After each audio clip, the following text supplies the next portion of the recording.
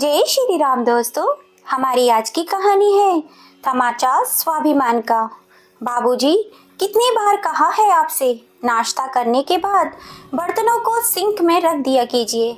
फिर काम वाली बाई आपकी वजह से आधा अधूरा काम करके जाती है और आपके झूठे बर्तन मुझे साफ करने पड़ते हैं।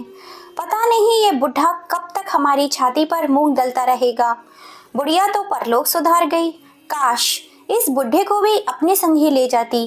और हाँ बाबूजी, इस महीने के पेंशन के पैसे अभी तक आपने नहीं निकाले हैं क्या? आज 15 तारीख आ गई है, जबकि पेंशन के पैसे तो लगभग 5 या 6 तारीख तक ही आ जाते हैं। तो इस बार आप पैसे निकाल कर हमें देना नहीं चाहते या निकाल कर अपने पास रख लिए हैं? गुस्से में तमतमाई गोपाल जी की बहू पूनम बोली। तभी अपने ऑफिस जाने के लिए चाय नाश्ता करके तैयार होकर गोपाल जी का बेटा संजय बाहर निकलते हुए बोला, पापा मुझे घर की किस्त भरनी है और मेरा पेमेंट अभी तक आया नहीं है। क्या आपने अपने पेंशन के पैसे निकाल लिए या निकालने वाले हैं? अगर आपके पास कुछ पैसे होंगे तो थोड़े से पैसे मुझे दे दीजिए, क्योंकि कुछ दिनों के बाद हमारे ऑफिस की तरफ से सभी लोग फैमिली टूर पर जाने वाले हैं, तो हम लोग भी चलेंगे। गोपाल बाबू को लगा संजय उन्हें भी अपने साथ लेकर जाएगा, तो उन्होंने कहा, बेटा मेरी तबीयत ठीक नहीं लग रही थी, इसलिए मैंने अपनी पेंशन के पैसे नहीं निकाले। तुम कहते हो तो ठीक है, तुम मुझे बैंक लेकर चलो और पैसे निकाल कर मैं तुम्हें दे दूंगा। तो वहीं से ऑफिस निकल जाना और मैं ऑटो से घर आ जाऊंगा। तभी पूनम अपनी चिकनी चुपड़ी बातों से मिश्री घोलते हुए बोली, अरे नहीं बाबूजी, आप ऑटो से क्यों आएंगे? मैं स्कूटी लेकर चलती हूँ ना, मैं आपको स्कूटी पर बिठाकर घर वापस ले आऊंगी। सभी को पूनम के विचार अच्छे लगे, तो गोपाल जी ने भी हाँ कर दिया और वे तीनों चले गए बैंक से पैसे निकालने के लिए। गोपाल बाबू ने जैसे ही पैसे निकाले, संजय ने उन रुपयों को अपने बैग में रखा और वहां से निकल गया अपने ऑफिस जाने के लिए। पूनम ने गोपाल बाबू से कहा, बाबूजी मेरी एक सहेली का फोन आया था, उसके पति की तबीयत बहुत ज़्यादा खराब हो गई है, इसलिए मुझे अभी की अभी वहां जाने के लिए निकलना होगा। गोपाल बाबू हाँ कहेंगे या ना, उनका जवाब सुने बिना ही बहू पूनम ने अपनी स्कूटी स्टार्ट की और अपने ससुर के सामने से फुर से निकल गए। गोपाल बाबू बहू को जाते हुए ठगे से देखते रह गए। उन्हें समझ में नहीं आ रहा था कि वे अपने बच्चों के इस प्रकार के करतूत के लिए हंसे या अफसोस जताएं या रोए। जब उन दोनों को अपने पिता से पैसे चाहिए थे तो बेटे ने सम्मान के साथ अपनी कार में बिठाकर लाया था, लेकिन जैसे एक हाथ से दूसरे हाथ में जाते ही उसके तेवर ही बदल गए। पैसे उनके हाथ लगते ही उन्हें बेसहारा सड़क पर छोड़कर अपना उल्लू सीधा कर लिया। उन दोनों ने तो यह भी नहीं पूछा कि उनके पास घर जाने के लिए ऑटो भाड़ा है भी या नहीं। जब उनकी पत्नी सुमित्रा जी जिंदा थी तब मजाल थी कि दोनों बेटे बहू की कि ऊंची आवाज में बात भी कर लेते। अपने मन की तो करना बहुत दूर की बात थी, क्योंकि बाहर के सारे काम गोपाल जी संभाल लिया करते थे और घर के सारे काम सुमित्रा जी कर लिया करती थी। इसीलिए बहू सुमित्रा जी को कुछ भी नहीं कह पाती थी, क्योंकि पूनम को भली भांति मालूम था अगर सुमित्रा जी से पंगा लिया तो घर के सारे काम या तो उसे करने पड़ेंगे या उसे किसी काम वाली को नौकरानी से करवाने पड़ेंगे। इसीलिए उसे पैसे भी देने होंगे। इसलिए वे सुमित्रा जी से कोई पंगा नहीं लेना चाहती थी। लेकिन जैसे ही सुमित्रा जी की तबीयत खराब रहने लगी, बहू तो बहू, बेटा भी सुमित्रा जी के साथ सीधे मुंह से बात नहीं करता था। वह तो गोपाल जी के पेंशन के पैसे आते रहते थे, इसीलिए उन्होंने सुमित्रा जी का इलाज भी करवाया। लेकिन कुदरत को तो शायद कुछ और ही मंजूर था। लगभग 1 साल तक इलाज कराने के बाद भी उन्हें कैंसर की बीमारी से छुटकारा नहीं मिल पाया और वे एक दिन काल के गाल में समा गई। अब सुमित्रा जी के बिना गोपाल जी तो अकेले ही रह गए थे। औरतें तो रोकर अपना मन हल्का कर लेती हैं, लेकिन विडंबना यही थी कि गोपाल जी मर्द होने के नाते रो भी नहीं सकते थे। इसलिए उनके मन में जो भी तकलीफ होती थी वे घुट घुट कर रह जाते थे, लेकिन किसी के सामने प्रकट नहीं कर पाते थे क्योंकि उनका दर्द बांटने वाला कोई नहीं था। गोपाल जी ब्राह्मण परिवार से ताल्लुक रखते थे और पहले उनके दादा और पिताजी कथा पुराण किया करते थे। गोपाल जी को सरकारी स्कूल में नौकरी मिल जाने के कारण उनकी दिशा अलग हो गई थी, लेकिन अब बुढ़ापे में अपने अकेलेपन को दूर करने का एकमात्र सहारा धार्मिक किताबें पढ़ना ही रह गया था। उनके दादाजी और पिताजी की उनके जमाने में बहुत इज्जत हुआ करती थी, लेकिन गोपाल जी ने अपने बेटे के उज्जवल भविष्य के लिए गांव को छोड़कर शहर में आकर बस गए थे।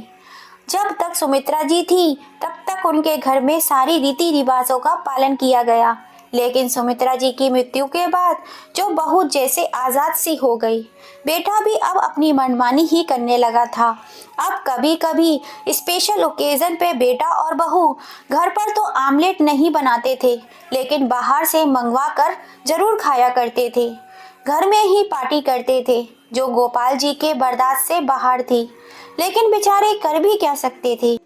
उन्होंने कभी कभी ऐतराज भी जताया, लेकिन दोनों बेटे और बहू उन्हें पुराने ख्यालात के बुढ़े कहकर डांट फटकार कर चुप करा देते।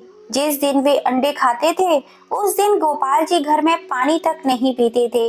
अब उनका मन घर गृहस्थी और बेटे बहू की सभी बातों से ऊब चुका था, इसलिए उन्होंने धार्मिक किताबों को ही अपने जीवन का एकमात्र सहारा बनाकर उन्हीं में खोए रहते थे। बेटे बहू ने भी उन्हें कबाड़ की वस्तु की तरह इग्नोर करना शुरू कर दिया था। उन्हें अपने पिता की याद तभी आती थी जब उनके पेंशन के पैसे निकलवाने होते थे। पहले तो वे दोनों बड़े ही मान और मनोहर के साथ बैंक लेकर जाते और घर वापस लाते थे, लेकिन अब वे उन्हें ऑर्डर देते थे, पापा आज पेंशन के पैसे निकलवाना है, जल्दी से तैयार हो जाइए। फिर कुछ दिनों के बाद उन्हें ऐसा लगने लगा जिस बुढ़े के पास बार बार जाना अच्छा नहीं लगता, तो क्यों ना उनका अकाउंट अपने ही अकाउंट से जुड़वा लिया जाए। संजय ने गोपाल जी से कहा, पापा अब आप बूढ़े हो चले हो, आप बैंक जाकर कहाँ धक्का मुक्की खाते रहोगे, इसीलिए आप ऐसा कीजिए, इस पेपर पर साइन कर दीजिए, फिर आपको बैंक जाने की जरूरत नहीं पड़ेगी, बल्कि मैं ही आपके पैसे निकाल कर ले लिया करूँगा। गोपाल जी ने अपने बेटे बहू की चालाकी को अच्छी तरह से समझ रहे थे, लेकिन उन्हें अब सांसारिक मोह माया से नफरत सी हो गई थी, इसलिए उन्होंने उस पेपर पर साइन कर दिए। अब तो संजय के दोनों हाथों में लड्डू थे, उसे अब अपने पिता के दुख सुख से कोई लेना देना नहीं रह गया था। अब गोपाल जी का पूरा पेंशन संजय के हाथों में आने लगा, तो पूनम ने संजय के कान भरने शुरू कर दिए। उसने उससे कहा, आप बाबूजी को बहला फुसला कर गांव की जमीन और घर को बेचकर सारे रुपए अपने कब्जे में क्यों नहीं कर लेते, ताकि हमें बाद में बाबूजी की कोई जरूरत ही नहीं पड़ेगी, चाहे वे हमारे पास रहें या फिर कहीं जाएं, हमें उनसे कोई लेना देना नहीं रहेगा। संजय को भी पूनम की बातें सही लगने लगी। उसने अपने पिता से कहा, पापा मुझे आपसे कुछ जरूरी बात करनी है। गोपाल जी बोले, हाँ बेटा कहो ना, क्या चाहते हो। पापा वह मैं कह रहा था, हम सब तो यहाँ शहर में रहते हैं और गांव में अब कोई नहीं रहता, इसलिए ना ही घर की देखभाल हो पाती है और ना ही खेत की। अगर हम कई कई दिनों तक गांव में नहीं गए तो कहीं गांव के लोग जो हमारे खेतों में काम कर रहे हैं, कहीं वे लोग हमारे खेतों में कब्जा न कर लें, और जो लोग हमारे घर की देखभाल के लिए हमारे घर में रह रहे हैं वे लोग हमारे घर पर कब्जा न कर लें। देखिए बाबूजी, आजकल जमाना बहुत ही खराब है, आपकी तबीयत भी कभी नरम तो कभी गर्म चलती ही रहती है, इसलिए मैं सोच रहा हूँ वह सारा जमीन जायदाद और घर को बेचकर क्यों ना यहीं शहर में एक बड़ा सा घर ले लेते हैं और उसे किराए पर दे देंगे, ताकि हर महीने हमें किराए के पैसे पेंशन के रूप में मिलते रहेंगे, जिन पैसों से आप अपने लिए दवाई गोली और इलाज भी करवा सकते हैं, क्योंकि आपके पेंशन के पैसे तो घर में ही चले जाते हैं। गोपाल जी बोले, बेटा मेरे जीते जी तो मैं अपनी पुश्तैनी संपत्ति को नहीं बेचूंगा, मेरे बाद भले ही तुम उसे बेचो या जैसा तुम्हें ठीक लगे वैसा करना, लेकिन मैं अभी नहीं बेचूंगा। अपने पिता की बातें सुनकर संजय तो वहां से चला गया, लेकिन पूनम के खुरापाती दिमाग में बहुत कुछ चलने लगा कि बाबूजी से वह जमीन जायदाद कैसे हड़पी जाए। उसने तिकड़म लगाया वह रोज रोज गोपाल जी के लिए समय पर चाय, नाश्ता, खाना और दवाइयाँ सभी चीजों की व्यवस्था करने लगी। लेकिन जब जब उन्हें खिलाती पिलाती बस उनके पास अपना दुखड़ा लेकर बैठ जाती, कहती, देखिए ना बाबूजी, आजकल शहर में रहना खाना कितना मुश्किल हो गया है। यहाँ तो पानी भी खरीद कर पीना पड़ता है, और वहाँ गांव में हमारी कितनी जमीन है, कितना बड़ा घर है, लेकिन सब बेकार ही दूसरे लोग उसका उपयोग कर रहे हैं। पता नहीं आपके बाद हमें वहाँ कोई पहचानेगा भी या नहीं। फिर हमें तो वहाँ का कुछ भी नहीं मिल पाएगा। वे लोग तो उसमें अपना कब्जा ही जमा कर बैठ जाएंगे। आप खुद ही सोचिए ना बाबूजी, आपके पास इतना कुछ रहने के बाद भी आपका बेटा कितनी परेशानियों का सामना कर रहा है। गोपाल जी रोज रोज बहू की इमोशनल भरी बातें सुनकर परेशान हो गए थे। अब उन्हें भी लगने लगा वास्तव में उनकी कितनी जिंदगी बची है। पता नहीं, समय रहते गांव की संपत्ति बेटे के नाम कर देता हूँ, आज नहीं तो कल उसी की तो होने वाली है। गोपाल जी ने भी आखिरकार एक दिन अपनी सारी संपत्ति अपने बेटे के नाम पर कर दी। अब पूनम और संजय बहुत खुश थे। पूनम ने 2-4 दिनों तक तो गोपाल जी को समय पर चाय और नाश्ता दिया, लेकिन धीरे धीरे उसके तेवर बदलने लगे। अब वह गोपाल जी को बात बात पर टोक टोक देती थी। गोपाल जी ने एक दिन पानी मांगा तो उसने कह दिया, बाबूजी, घर में मेरे और भी बहुत सारे काम होते हैं, आप खुद जाकर पानी क्यों नहीं पी लेते। अब गोपाल जी ने पानी लेकर भी पी लिया तो कहने लगी, बाबूजी, अब यह गिलास साफ करके कौन रखेगा। मैं क्या आप लोगों की नौकरानी हूँ जो दिन रात काम करती रहूं। जैसे ही एक दिन गोपाल जी बाथरूम से नहाकर बाहर आए तो डोरमेट पर उन्होंने अपने पैर पोंछे थे, और काम वाली बाई कंचन को पोंछा लगाए करीब 1 घंटा हो चुका था। फिर पूनम भी बोली, बाबूजी, कंचन ने अभी अभी पोंछा लगाया था और आपने सारा फर्श गंदा कर दिया। नौकरी तो आप सरकारी करते थे, लेकिन दिमाग गांव वाला ही रह गया। हाँ, रहेगा भी क्यों ना। गांव में गोबर मिट्टी के अलावा आप लोग और जानते भी क्या थे जो इतने साफ सुथरे फर्श को साफ रखेंगे। गोपाल जी ने मन ही मन में सोचा, कंचन को पोंछा लगाए 1 घंटा हो चुका है, मेरे पैर भी गीले नहीं हैं जो निशान छोड़ते, फिर ये फर्श कैसे गंदा हो गया। लेकिन उन्होंने उस समय कुछ नहीं कहा। अब बारी आई खाना खाने की तो पूनम बोली, बाबूजी, क्या आपके गांव वाले घर में डाइनिंग टेबल था जो रोज रोज डाइनिंग टेबल पर बैठकर खाना खाते हो। गांव में तो शायद ढंग की चटाई भी नसीब नहीं हुई होगी, और शौक तो आपने ऐसे पाल रखे हैं इतनी महंगी डाइनिंग टेबल पर बैठकर खाना खाने के। पूनम आप गोपाल जी के हर एक काम के लिए उन्हें रोक टोक कर देती थी। गोपाल जी समझ रहे थे कि अब उनके हाथ से सारा धन दौलत बेटे के नाम हो गया है, इसलिए बेटे बहू के तेवर बदल गए हैं। सुमित्रा जी के चले जाने से वे पहले ही टूट चुके थे। अब बेटे बहू के ऐसे रूखे व्यवहार के कारण वे बीमार भी रहने लगे थे। पूनम ने देखा अब यह बूढ़ा किसी काम का नहीं रह गया है, तो उसने उन्हें अपने बगीचे के काम के बागवानी के काम में लगा दिया। बगीचे में काम करके बाहर की हवा पाकर गोपाल जी का मन थोड़ा बहुत खुश रहने लगा, और देखते ही देखते उनके बगीचे में एक से एक बढ़कर फूल खिलने लगे। पूनम के आस पड़ोस के लोग बगीचे की खूब तारीफ करते और पूनम से पूछते, उसने बागवानी का काम किससे करवाया है। तो वह कहती, उसके ससुर जी खाली पड़ी रहते हैं घर में, तो वही कर देते हैं। तब उनकी पड़ोसन ने कहा, पूनम, मैं तुम्हें 5,000 रुपए दूंगी, कल से ही तुम अपने ससुर जी को मेरे बगीचे में काम करने भेज देना। पूनम बोली, बस 5,000? ना बाबा ना, बगीचे में कितना काम करना पड़ता है वह तो करने वाला ही जानता है, अगर 10,000 दोगी तो ही भेजूंगी। पड़ोसन बोली, अच्छा ठीक है, भेज देना।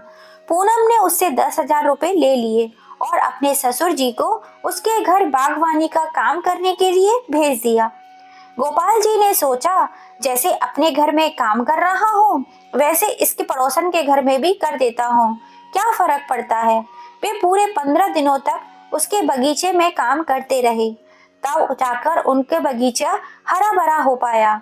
अब तो गोपाल जी की बागवानी के चर्चे आसपास के सभी लोगों के घरों में होने लगे और पूनम सबके घरों से पैसे बढ़ा चढ़ाकर कहीं से 3,000 तो कहीं से 5,000 लिए जा रही थी।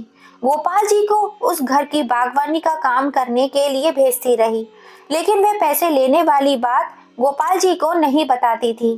पूनम ने एडवांस में 4 घरों से पैसे लिए हुए थे और गोपाल जी को उनके घर काम करने जाने के लिए कह दिया, लेकिन अब गोपाल जी ने साफ साफ मना कर दिया कि वह बहू मैं किसी के घर काम करने के लिए नहीं जा पाऊंगा, क्योंकि अब मेरी तबीयत ठीक नहीं लग रही है। मुझे रोज ही बुखार सा रहता है। मैं रोज दवाइयाँ खाकर काम पर चला जाता था, लेकिन अब मुझसे बर्दाश्त नहीं हो पा रहा है।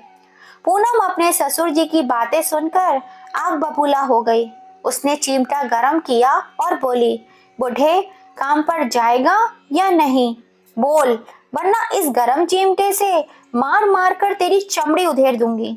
लेकिन गोपाल जी की तबीयत कुछ ज्यादा ही खराब लग रही थी, इसलिए उन्होंने नहीं कह दिया। फिर क्या था, पूनम ने गुस्से में गोपाल जी को गरम चिमटे से चटाचट मार दिया। गोपाल जी करहा करहा कर रह गए और पूनम गुस्से में बड़बड़ाई हुई बोली, बुढ़े मैंने 4 घरों से एडवांस में पैसे लिए हैं और अगर तूने काम नहीं किया तो मुझे उनके पैसे वापस करने पड़ेंगे। बहू की बातें सुनकर गोपाल जी दंग रह गए।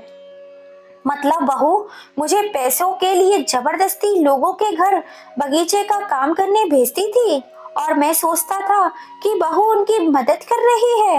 अब गोपाल जी को अपनी बहू की करतूत पर घिन आने लगी थी। एक तो मार का अपमान वे सहन नहीं कर पाए। उन्होंने रोते हुए अपने कुछ कपड़े, जरूरी पेपर एक पोटली में बांधे और बिना किसी को बताए घर से निकल ही रहे थे कि उसी समय उनका बेटा अपने दफ्तर से घर वापस आ रहा था। अपने घर के मेन गेट पर दोनों बाप बेटों की मुलाकात हुई, लेकिन संजय ने नहीं पूछा कि पापा अब कहाँ जा रहे हैं और ना ही गोपाल जी ने उसे कुछ बताया कि वे कहाँ जा रहे हैं।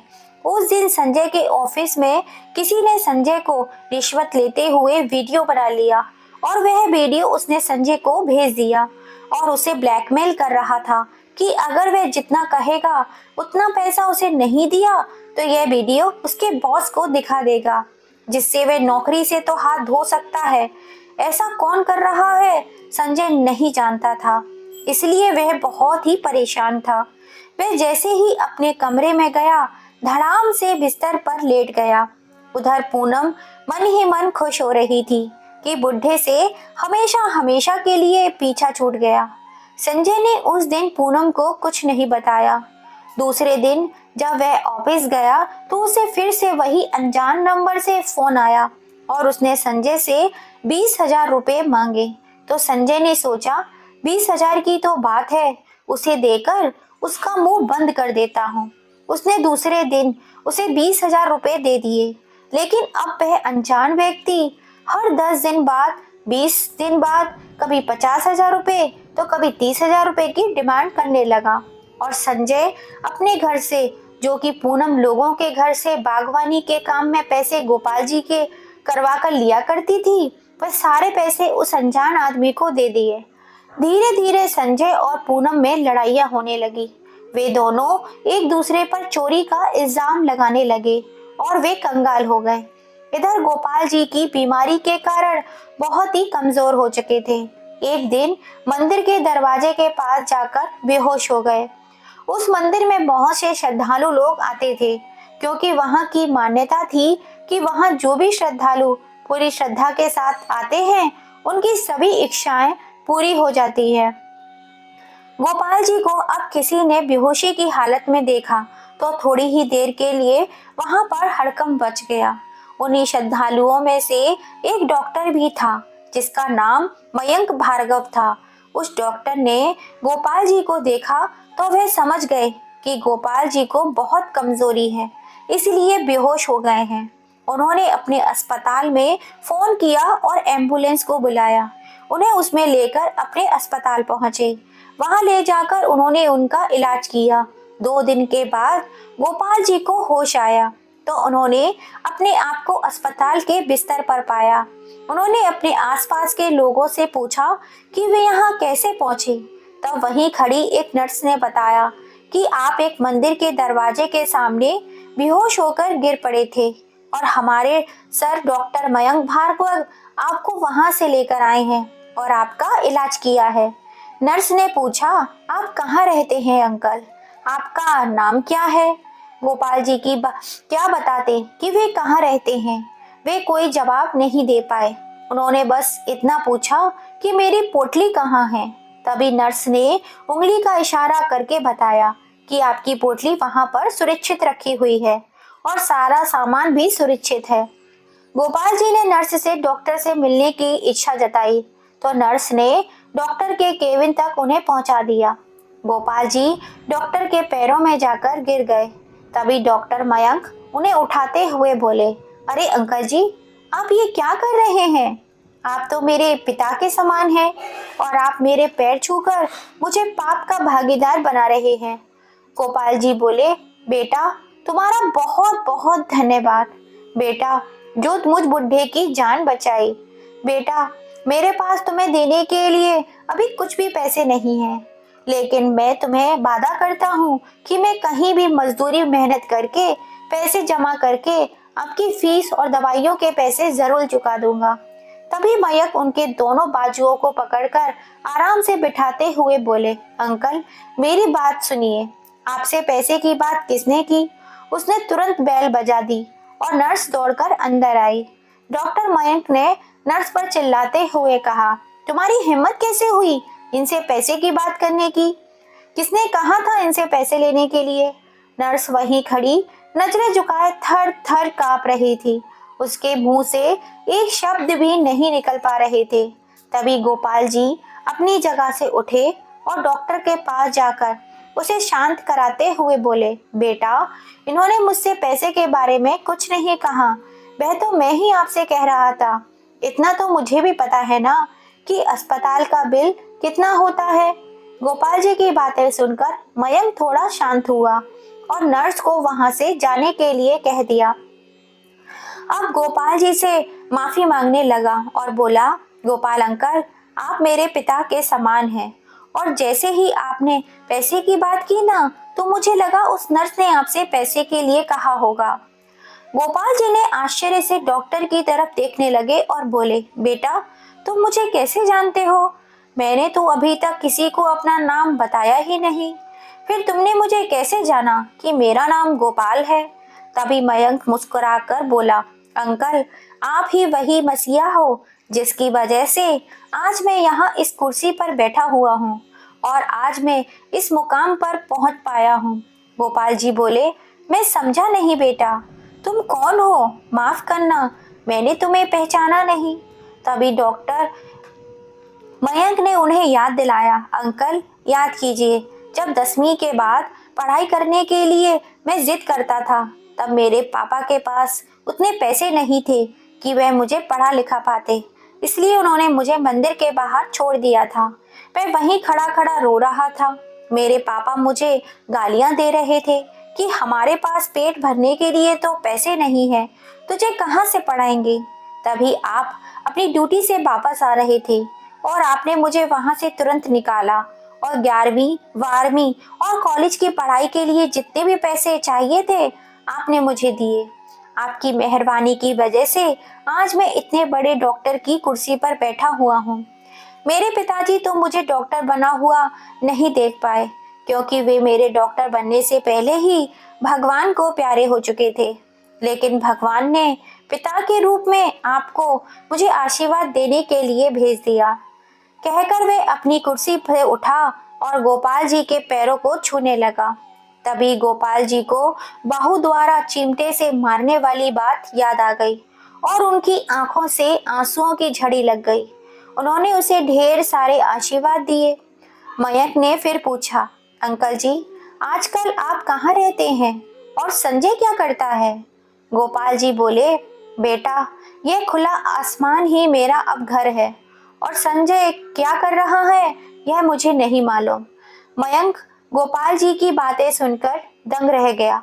उसने गोपाल जी से पूछा, अंकल, आप क्या कह रहे हैं? मुझे कुछ भी समझ नहीं आ रहा।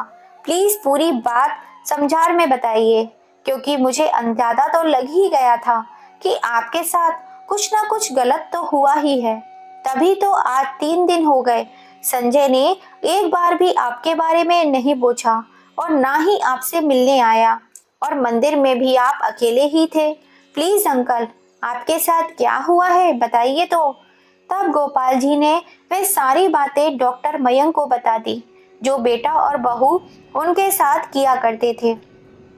गोपाल जी के साथ इतना बुरा बर्ताव सुनकर मयंक की आंखों में आंसू आ गए।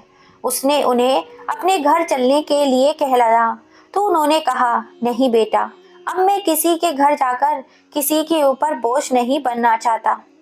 जब अपने ही पराये हो गए तो फिर किसी से क्या आस की जा सकती है। तब डॉक्टर मयंक ने उनके सामने अपने दोनों हाथ जोड़कर बोला, अंकल जी, आप ऐसा मत कहिए। जिस प्रकार हमारे हाथ की 5 उंगलियां बराबर नहीं होती, उसी प्रकार सभी लोग एक जैसे भी नहीं होते। मैं आपको यकीन दिलाता हूँ, आप हमारे घर में आपको कोई परेशानी नहीं होगी। फिर गोपाल जी थोड़ा संकोच करते हुए बोले, अरे बेटा, तुम तो मुझे अपना पिता समझकर खुशी खुशी अपने पास रख लोगे और मेरी सेवा भी कर लोगे, लेकिन क्या बहू इस बात के लिए मानेगी? तब मयंक बोला, अंकल जी, आपने अपनी बहू को अभी देखा ही कहाँ है? वह तो एक अनाथ लड़की है। वह तो हमेशा यही चाहती थी कि उसे माँ बाप के रूप में सास ससुर मिलने चाहिए, लेकिन भगवान को तो शायद कुछ और ही मंजूर था। माँ है, लेकिन पापा तो मेरे डॉक्टर बनने से पहले ही उस दुनिया को अलविदा कह गए। अगर आप मेरे साथ हमारे घर चलेंगे और हमारे साथ रहेंगे तो सबसे ज्यादा जिसको खुशी होगी तो वो होगी आपकी बहू छाया, क्योंकि उसे माँ बाप का प्यार क्या होता है यह जानने की बहुत इच्छा है अंकल जी। लेकिन बेचारी अभी तक उस प्यार से वंचित रही है। अगर आप उसे पापा के रूप में मिल जाएंगे तो उससे ज्यादा शायद खुश कोई कोई हो ही भी नहीं सकता। अब मयंक की बातें सुनकर गोपाल जी निश्चित हो गए और उन्होंने मयंक के घर में पूरा सम्मान सम्मान मिलेगा, इसलिए वे उसके साथ उसके घर चले गए। अब गोपाल जी के घर पहुंचने से पहले ही मयंक ने घर पर फोन करके छाया को सारी बातें समझा दी थी। इधर गोपाल जी को एक होटल में ले जाकर मस्त खाना खिलाया, निलाया धुलाया और नया कुर्ता पजामा पहनने के लिए दिया। गोपाल जी को लग रहा था जैसे उनका बचपन वापस लौट आया हो।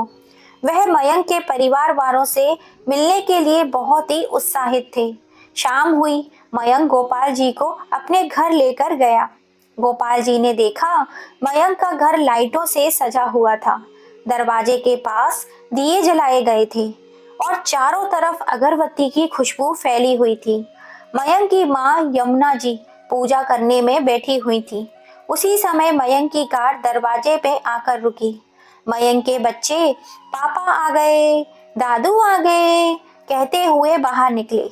दोनों बच्चे एक अपने पापा को तो एक गोपाल जी को पकड़ लिया और अंदर लाए। दरवाजे में छाया आरती की थाली लिए खड़ी हुई थी।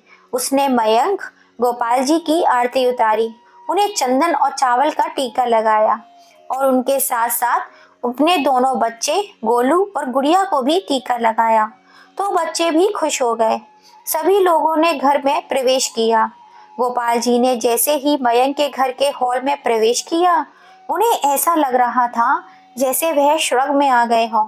उन्होंने हॉल को ऐसा सजाया हुआ था, उसकी सुंदरता देखने को नहीं बनती थी। जब थोड़ी देर बाद यमुना जी पूजा करके वे सभी लोगों को प्रसाद देने आई तो गोपाल जी को कई दिनों बाद देखकर वह उन्हें पहचान ही नहीं पाई। फिर थोड़ी देर उधर उधर की बातें की। सभी लोग खाना खाने बैठ गए।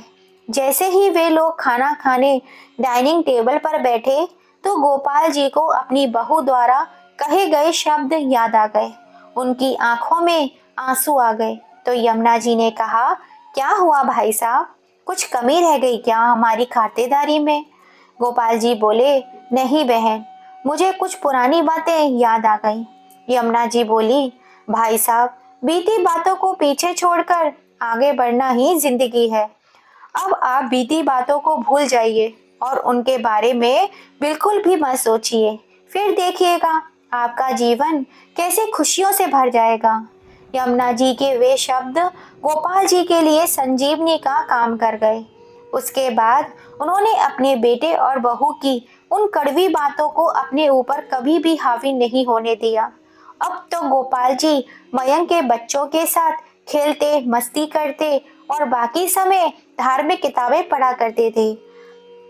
जाति से वे पंडित होने के कारण वे लोगों को अच्छी अच्छी बातें बताया करते थे। अब वे पास के गार्डन में सुबह शाम जाने लगे। वहां धीरे धीरे उनके ढेर सारे दोस्त उन्हीं की उम्र के मिलने लगे। गोपाल जी ने उन्हें अपने दोस्तों को बताया कि उनके दादा और पिताजी लोगों के घरों में पूजा पाठ करवाने जाया करते थे, लेकिन वे सरकारी नौकरी के कारण यह काम छोड़ दिए थे। तब उनके दोस्तों ने कहा, तो अभी कौन सी देरी हो गई भाई, पहले नहीं तो अब चालू कर दो। फिर एक एक करके उनके दोस्तों के घरों में उन्हें कथा पूजन करने के लिए बुलाने लगे। अब तो गोपाल जी भगवान की भक्ति में इतने लीन हो गए कि उनके दोस्तों ने उन्हें भागवत कथा करने के लिए प्रोत्साहित किया। उन्होंने कहा, देखो भाई, मैंने इससे पहले कभी भागवत कथा नहीं की है, इसलिए हम लोग अपने घर से शुरुआत करेंगे। इसलिए आप सभी लोग हमारे घर पर ही भागवत कथा सुनने के लिए आना, और जहां मुझसे गलती होगी आप लोग मुझे बताना ताकि मैं उसमें सुधार कर सकूं। गोपाल जी के सभी दोस्तों ने उन्हें साहस दिया कि यह काम बहुत ही अच्छी तरीके से कर सकते हो। तो गोपाल जी को भी हिम्मत आई। उन्होंने इस बारे में सबसे पहले घर की मुखिया होने के नाते यमुना जी से बात की, तो वे तुरंत ही तैयार हो गई। अब छाया से पूछा तो वह भी खुशी हो गई, और मयंक से पूछा तो उसने कहा, अंकल जी, आप मुझे सामान की लिस्ट दे दीजिएगा, आप जो कुछ भी कहेंगे वह सब ठीक ही होगा। आपने पहले कभी गलत नहीं किया तो आज भी गलत नहीं कर सकते, बल्कि मैं तो आपके इस फैसले से बहुत ही ज्यादा खुश हूँ। जब घर के सभी लोगों ने सहमति दे दी तो गोपाल जी भी दुगना उत्साह बढ़ गया। अब नियत तिथि में मयंक के घर में भागवत कथा का प्रारंभ हो गया। मयंक ने 8 दिन की छुट्टी ले ली थी और गोपाल जी के सारे दोस्त अपने परिवार और आस पड़ोस वालों के साथ उनके घर भागवत कथा सुनने आने लगे। गोपाल जी जैसे जैसे कथा सुनाते सभी लोग सच्ची श्रद्धा से उनकी कथा सुनते थे। देखते ही देखते उनकी कथा जितने लोगों ने सुनी सभी के कुछ ना कुछ तरक्की आ गई। कई लोगों के बिगड़े हुए काम बन गए। सभी लोगों का विश्वास गोपाल जी के मुख से निकले हुए शब्दों पर बढ़ने लगा, क्योंकि गोपाल जी ने कभी भी चोरी या गलत तरीके से पैसे नहीं कमाए थे, इसलिए उन्होंने वैसे ही शिक्षा दी। अपने पास आने वाले लोगों को भी बताया कि उनके बताए रास्ते पर चलने से लोगों का चरित्र, व्यवहार और सोच में सकारात्मक परिवर्तन हुए, इसलिए भगवान ने भी उनके साथ अच्छा ही किया। अब धीरे धीरे गोपाल जी की ख्याति दूर दूर तक फैलने लगी। उनको इतना चढ़ावा मिलता कि समेटे नहीं समेट पाते थे, लेकिन वे उस धन को अपने लिए खर्च नहीं करते थे, बल्कि उन्होंने मयंक से बात करके एक एनजीओ खोल दिया, जहां जरूरतमंद, बेसहारा, गरीब, दुखी लोगों को आश्रय दिया जाने लगा। जरूरतमंद विद्यार्थियों को पढ़ाई के लिए उनकी मदद की जाने लगी। धीरे धीरे साल का आखिरी दिन भी आ गया। लोगों ने नए साल की पार्टी के लिए कई प्रकार की तैयारियां कर रखी थी। किसी ने पिज्जा पार्टी, तो किसी ने शराब मुर्गे की पार्टी, तो किसी ने क्लब में पार्टी रखी थी। लेकिन गोपाल जी ने अपने एनजीओ के प्रांगण में ही 251 दिए जलाकर चारों तरफ लाइटों की रोशनी से नए दिए नए साल की तैयारी की। भागवत कथा का गुणगान करते ही गोपाल जी के बेटे और बहू की क्लब में पार्टी करने चले गए। वहां पुलिस की रेड पड़ गई। वहां गलत धंधे भी किए जा रहे थे, जिसके कारण वहां जितने भी लोग थे कुछ तो जान बचाकर भागे, लेकिन कुछ लोग पकड़े गए, जिसमें गोपाल जी के बेटे और बहू भी थे। अब वे दोनों पुलिस की गिरफ्त से छूटने के लिए बहुत प्रयत्न करने लगे, लेकिन पुलिस वालों ने उनकी एक न सुनी और सभी को हथकड़ी पहनाकर पुलिस स्टेशन लेकर जाने लगे। उसी समय गोपाल जी की रैली सड़क के दूसरे किनारे से जा रही थी। लोग कथावाचक सुखदेव महाराज गोपाल जी की जय जयकार कर रहे थे। गोपाल जी 4 घोड़ों के रथ पर बैठे हुए थे। उनके सिर पर पीले रंग की चमचमाती चुनरी 4 लोग पकड़े हुए थे। उन पर पुष्प वर्षा हो रही थी। ट्रैफिक जाम के कारण गोपाल जी के बेटे बहू उन्हें अच्छी तरह से देख नहीं पा रहे थे। गोपाल जी अपने रथ पर बैठे हुए सभी को मार्गदर्शन कर रहे थे कि जो जैसा बोएगा वैसा ही काटेगा। सुख और दुख का जोड़ा तो लगा ही रहता है। मनुष्य अपने कर्मों से दुखी और अपने कर्मों से ही सुखी होता है। गोपाल जी के यह शब्द संजय और पूनम के कान में गूंज रहे थे। उनके मार्गदर्शन से उन्हें अपनी गलती का एहसास हुआ कि वास्तव में उन्होंने कितनी बड़ी गलती की है। उन्हीं के साथ कुछ लोग बैठे हुए थे, तो उन्होंने बताया कि ये सज्जन पुरुष पहुंचे हुए महात्मा हैं। इनका कहा गया एक एक शब्द सही होता है। उन्होंने लोगों को जैसा जैसा मार्गदर्शन दिया है, लोगों को वैसा ही फायदा हुआ है। उनका नाम गोपाल शर्मा है। उनके बेटा और बहू उन्हें जान से भी ज्यादा प्यार करते हैं। इनके बेटे जब तक इन्हें खाना नहीं खिला देते तब तक खाना नहीं खाते, और बहू तो इतनी संस्कारी है कि अपने ससुर को पिता से भी बढ़कर प्यार देती है। इनका बहुत ही प्यारा परिवार है। लोगों के मुंह से गोपाल जी के बारे में यह सब सुनकर संजय और पूनम की आंखें शर्म से झुक गई। अब उन्हें पुलिस स्टेशन ले जाया गया तो उनके सामने 2 ऑप्शन थे। एक यह कि उन्हें अपराध के लिए 30 साल की सजा हो, या दूसरा 30 लाख रुपए जुर्माने के तौर पर पैसे जमा करके केस को हमेशा के लिए बंद कर दें। संजय ने सोचा, अगर हम दोनों 30-30 साल तक जेल में रहेंगे, सजा काटेंगे, तो बदनामी तो होगी ही, वह अलग, और बच्चों की देखभाल कौन करेगा। इससे अच्छा उन्हें दूसरा ऑप्शन ज्यादा अच्छा लगा। उन्होंने अनन फनन दामों में 80 लाख रुपए का घर 50 लाख में ही बेच दिया और इस केस को हमेशा हमेशा के लिए बंद कर दिया। संजय उस केस से तो मुक्त हो गया, लेकिन उसके बारे में उसकी कंपनी में यह बात चली गई। उन्होंने उसे कंपनी से निकाल दिया। पूनम ने भी इधर उधर काम ढूंढने की बहुत कोशिश की, लेकिन उसे भी इस केस के बाद कहीं भी काम नहीं मिल पाया। अब वे लोग अपने बच्चों का पेट भरे या किराए के कमरों का पैसा दें या अपना पेट भरे, उन्हें कुछ भी समझ में नहीं आ रहा था। फिर एक दिन पूनम ने देखा न्यूज़पेपर में उसके ससुर गोपाल जी की फोटो छपी हुई है और उन्हें 20 करोड़ का मालिक बताया जा रहा है, जो एक बहुत बड़ा एनजीओ चला रहे हैं। उसने सोचा, क्यों ना रोते गिड़गिड़ाते हुए उनके पास जाएं, तो बाबूजी शायद उन्हें माफ कर देंगे।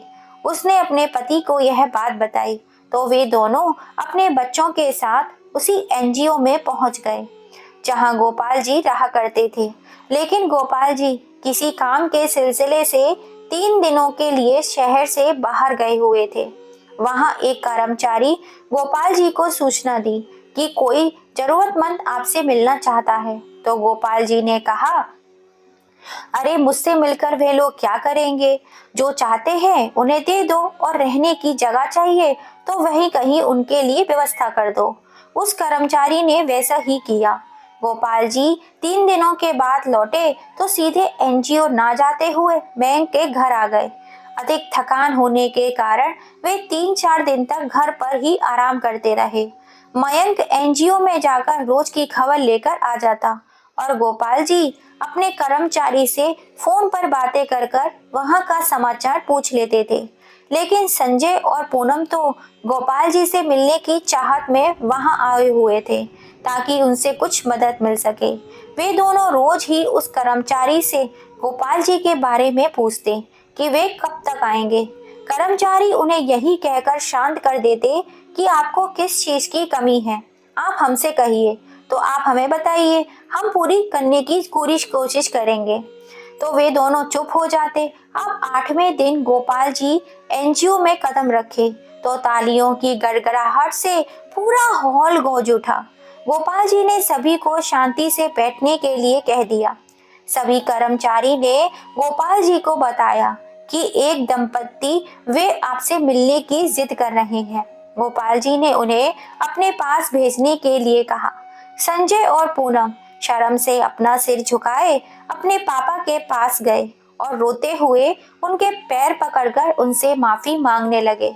गोपाल जी बोले, देखिए, मेरे लिए सभी लोग एक समान हैं। आप लोगों को मेरे पैरों में गिरने की कोई जरूरत नहीं है। आप लोगों की जब तक इच्छा है तब तक रहिए खाइए। रही बात बच्चों की, तो हमने यहाँ एक विद्यालय भी खोल रखा है। वहाँ आप बच्चों को मुफ्त में शिक्षा दी जाती है। आप चाहें तो उसमें अपने बच्चों को पढ़ा सकते हैं, वरना इतनी बड़ी दुनिया है, आप लोग जहाँ जाना चाहें जा सकते हैं। संजय बोला, पापा, आप ये हमारे साथ कैसे अजनबियों की तरह बातें कर रहे हैं? प्लीज पापा, हमें माफ कर दीजिए। गोपाल जी बोले, तो तुम मुझसे क्या चाहते हो? तब संजय ने गोपाल जी को उस रात की वही सारी घटना के बारे में बताया और घर बिकने के बारे में भी बताया। गोपाल जी मुस्कुराए और बोले, बेटा, जिसने भी यह वाक्य बनाया है गलत नहीं बनाया है। जो बोएगा वही काटेगा। जब तुमने बबूल बोया है तो आम खाने की इच्छा कैसे कर सकते हो? इंसानियत के नाते मैं तुम्हें यहाँ रहने और खाने तक का सुविधा दे सकता हूँ और तुम्हारे बच्चों को मुफ्त में शिक्षा दिलवा सकता हूँ। इससे ज्यादा मैं तुम्हारे लिए कुछ नहीं कर सकता। और हाँ, एक सलाह देना चाहूंगा, मुफ्त की लेना चाहो तो लेना, वरना कोई बात नहीं।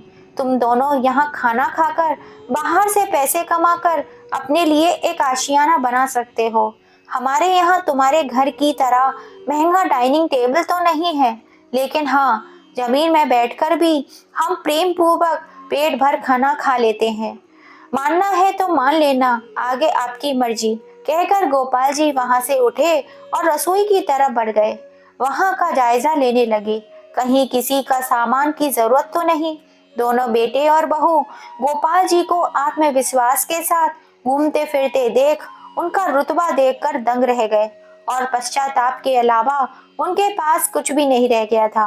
तो दोस्तों, कहते हैं ना, जो हम बोते हैं वही लौटकर हमारे पास जरूर आता है। समय बदलते देर नहीं लगती। आज धूप है तो कल छांव आवश्यक होगी। आज अंधेरा है तो कल उजाला होगा। आज गरीबी है तो कल अमीरी होगी। इसलिए हमें अच्छे समय का इंतजार अच्छे कर्म करते रहना चाहिए। किसी को दुख देने से, तकलीफ देने से कभी भी जीवन में तुम खुश नहीं रह सकते। दोस्तों, कहानी को पूरा सुनने के लिए आप सभी का दिल से धन्यवाद। कहानी पसंद आई हो तो इसे ज्यादा से ज्यादा अपनी फैमिली फ्रेंड में शेयर कीजिएगा।